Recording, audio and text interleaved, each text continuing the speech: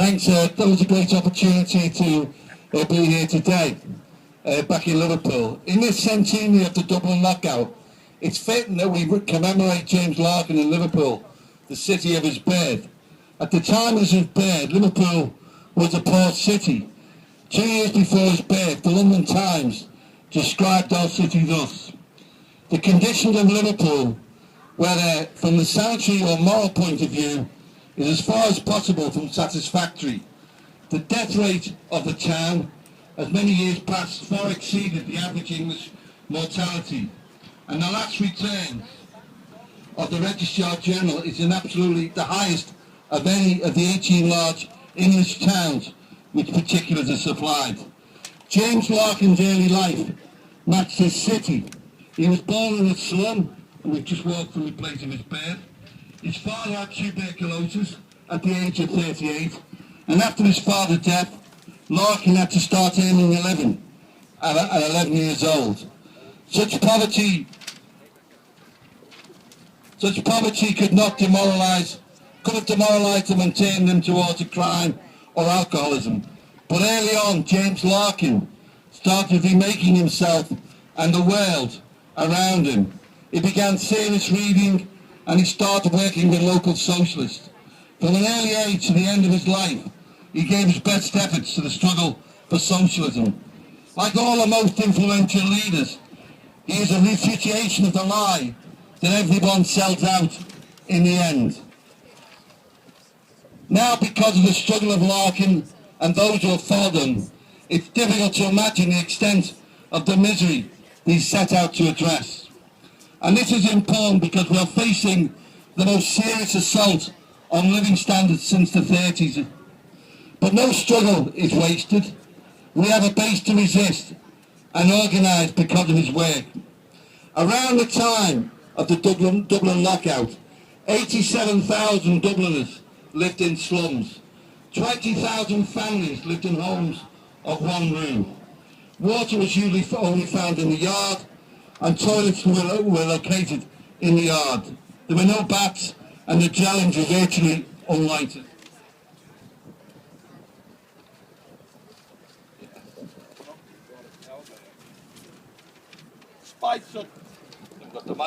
Despite such terrible conditions, the working class in Dublin produced one of the most heroic struggles of humanity in the 20th century. Larkin was their leader. He was able to harness the raw courage of the community so they were able to endure far beyond their expectation. The Dublin knockout might have been beaten by the bosses, but the struggle laid the basis of the complete revival of the Irish nation, starting with the Easter Rising of 1916.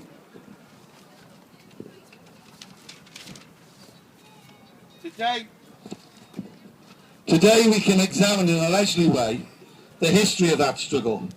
We can argue about what nationalists did and didn't do, whether the tactics were all, why the solidarity of the British TUC broke down, and so on.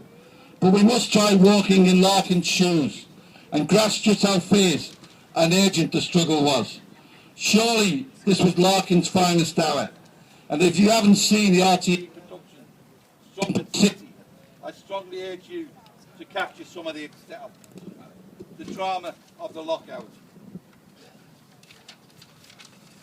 Now, can you hear me? Yes. Yeah. Now, that's right. Now, Larkin was an inspiration because he was never narrow. He understood the value of to the penny to the poor of the people as anyone. But he knew that narrow aims cannot install a sense of respect and purpose in the poor and the working poor. He said, "We are not going to be beast any longer. We're going to rouse the working classes out of their slough of despondency, out of the mire of poverty and misery, and lift them a plane higher. It's good. It is good for the employer to have clean clothing and good food, and books and music and food and pictures. So it is good for the people. It is good for that the people should have these things also. And that is the claim we're making today. We must retain all of Larkin's ambitions. There are no fields of human activity or any benefits of civilization from which the workers and the poor should be excluded. We must also learn from Larkin's approach to leadership. For him, the value in leader rests with his ability to create new leaders. For Larkin, the position of responsibility is not a comfortable bear. Being a leader is about being a tribune of the people, and is about the collective process of the working class. Larkin said this: "Don't submit your minds to any one man." Remember that in these times. Think of those problems out for yourself. Think for yourself. A leader who can lead you out of the wilderness can also lead you back again. It is their thinking intelligent movement.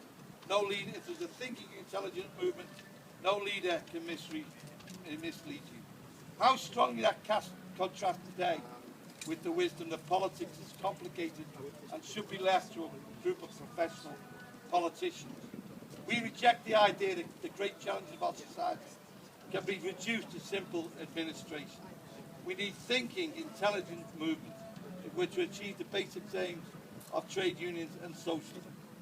Larkin managed to combine his socialism with the strongest support for Irish national freedom. In this too, we must follow in his footsteps. The Irish peace process offers many new beginnings.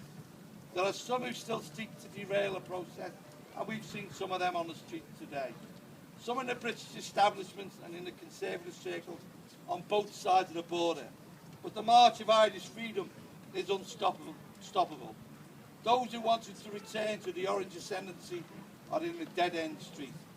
The agitation around flags in Belfast earlier this year and last weekend clashes by some of the Orange Order is obviously disturbing. But we refuse to lose heart. The choice for the unionist community in all our countries is not between campaigns for symbols. The real choice is to become part of a new social process which is reshaping Ireland on both sides of the border. An Ireland of equals, with respect to all and all communities, and a cherish for all the children.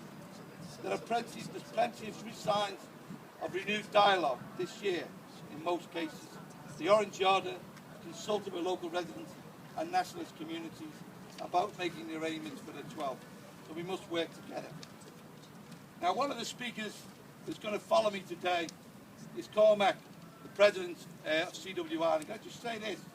A little bit of just one point. We're currently moving into an industrial dispute in the postal industry in the CWU. We'll be having our conference in Forum in 2 weeks' time, and we're now on saying to be balloting for industrial action in early September. But if we just simply concentrate on the concerns of our own country in the UK, and we don't look internationally and learn from each other, and I can think of no better group of people to learn from the CWU workers in Ireland. Because many years ago, I went over there and talked to them about their struggles. So we need to learn from each other in terms of our struggles and in terms of what that means. We used to be one union, actually, CWU UK and CWU Ireland, before the Free State came in as a result of them being state employees. But we still maintain that solidarity with postal workers and indeed all workers. And so I'm glad to be here today to address you in commemoration of Larkin and the Dublin lockout. Thank you very much.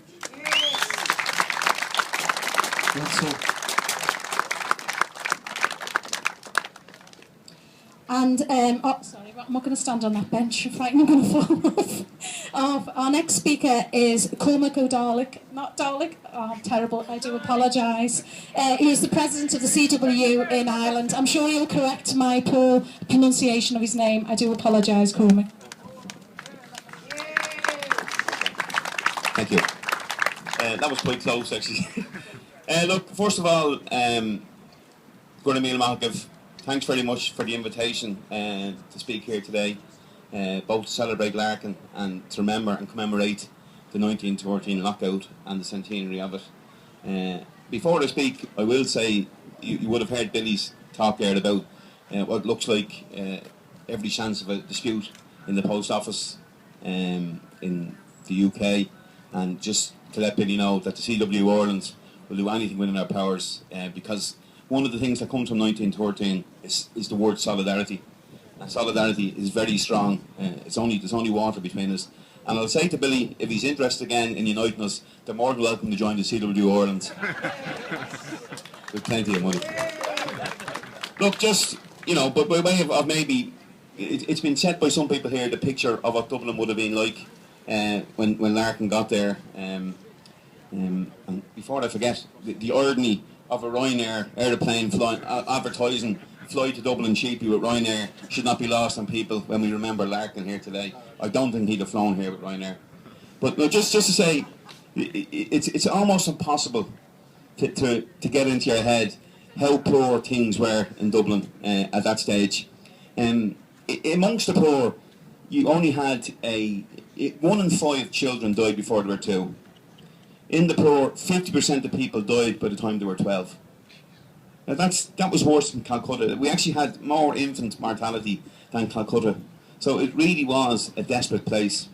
And the very, very poor in Dublin lived basically within a mile of the city centre. They lived in houses that were Grand Raw house in their day, where merchants bought them, turned them into beautiful houses, and then basically legged it out to the suburbs and turned them into tenements. And there's a great example given of Henrietta Street in Dublin, which is probably the last remaining street that looked exactly as it did in 1913. And within 15 houses in Henrietta Street, 833 people lived.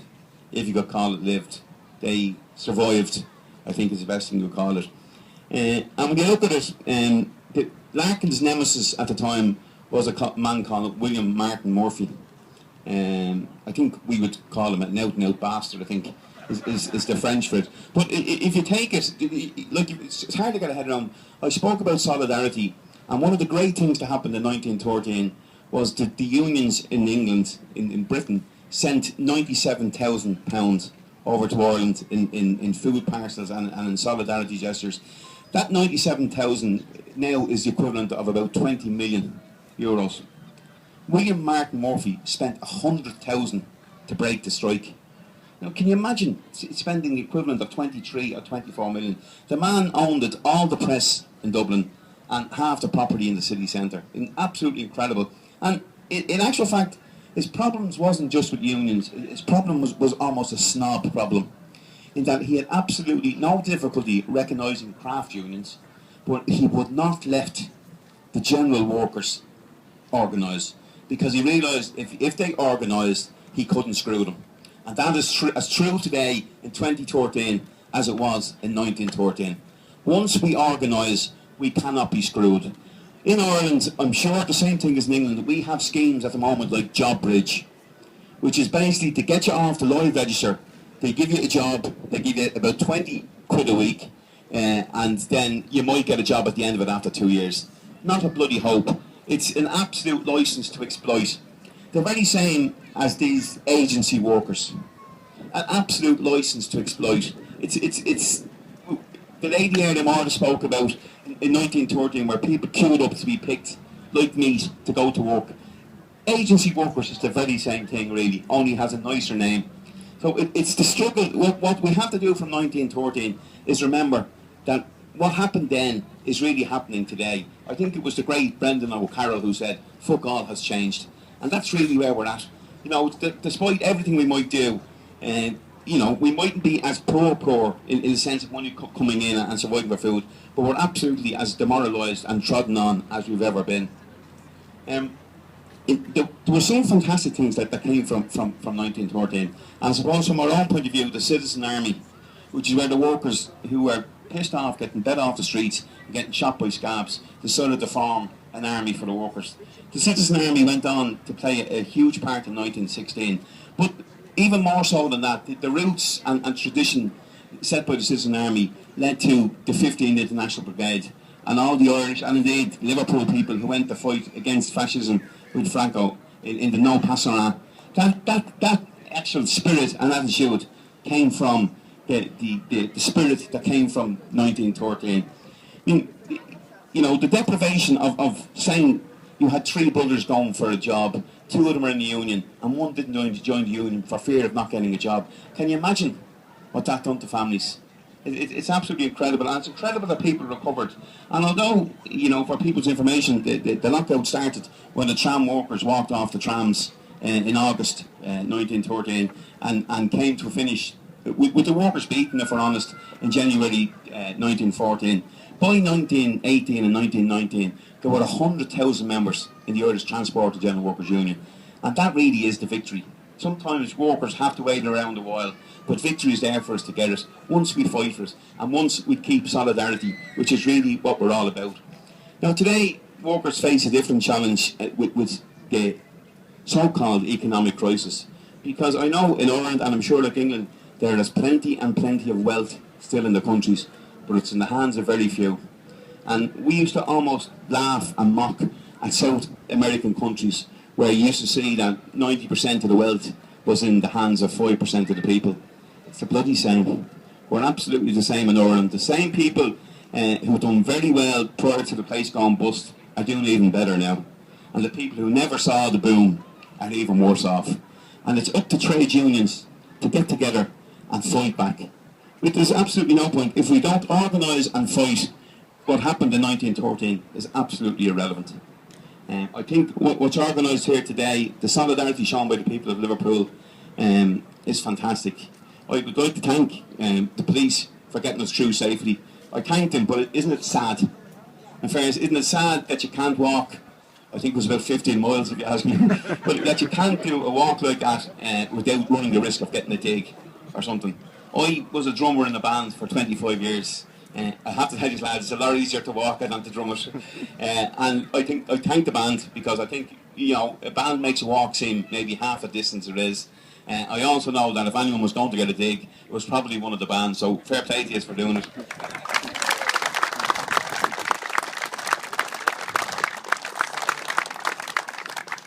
And really, the only way to get at the people who try to jump on the march today, and like these people in some ways are more to be pitied. I often heard how Thatcher cut back on the milk in schools in England. It seems to me she cut back on the oxygen in some schools as well. And I think we saw some of them people jumping in today. Look, I mean, in some ways we have to almost educate them people. And it's not just here. Before I left Dublin to come over here, I was talking to a friend of my wife's, and she said, "Where are you going?" I said, "I'm going to Liverpool to commemorate Jim Larkin." And this woman, who was 40 years of age and lived in Dublin, never heard of Jim Larkin. So I think that's probably a disgrace on me and trade unions in Dublin that we haven't got that message out. But I think that's what we have to do. What you would hope for, I remember when this march was on 5-6 years ago, it was the band and 10 and 12 people. Let's double it every year. Let's make it something that people, not just Irish people, but anti-fascist people, people in favour of equality, look forward to. Hopefully not this option future. I think we're having a strange summer. Look forward to and say, right, that's going to be a date. The end of July in Liverpool. Let's all go from England to Ireland, Scotland, Wales, and anywhere else in the world. They're all welcome. And let's show people that the spirit of Larkin is still alive, that Liverpool and Ireland still has connections. Dublin people, you know, we have a lot to thank Liverpool for. I know we might have gave you Ronnie Whelan and Richard Dunn, but in fairness, James Larkin was a far better transfer than it. You know, one thing I'll say, isn't it sad in Ireland that the two best trade unions we have, we imported? You know, we've Larkin and Connolly. There's no one since. You know, there's nobody going to inspire us. Please God, somebody will come out with work and do it. Erish, I thank you all for the invitation. It's an absolute privilege here, and keep up the great work. Good morning.